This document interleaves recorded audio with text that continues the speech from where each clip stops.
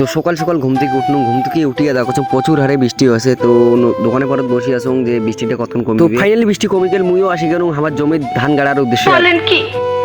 ধান তো গাড়ি বেড়ে রাখবে, আমার হচ্ছে কৃষক মানছি, আমার ধান না গাড়লে কি হয়, ধান আমার গাড়ি বেড়ে লাগবে। তো ধান চারটে আমি গাড়ং, ততক্ষণে তোমার থাকো দেখো এই যে দুইটা ধানের আটি নিয়ে ফিরি দেছো আর কি।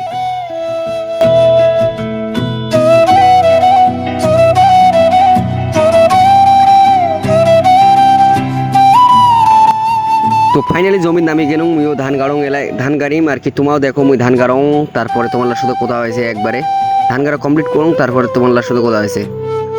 ধান গাড়া তো কমপ্লিট হলে সন্ধ্যা হয়ে যাচ্ছে, তার জন্য আমি কিছু খাওয়ার জন্য বাড়ি যাচ্ছ আর কি। তো ততক্ষণ আমি বাড়ি যাই, বাড়ি যাই কিছু খাওয়া দাওয়া করিয়ে তোমার সাথে কথা হয়েছে আর কি। বাড়ি এসে রেডি টেডি হনুন, বর্তমানে যাই বাজারের উদ্দেশ্যে।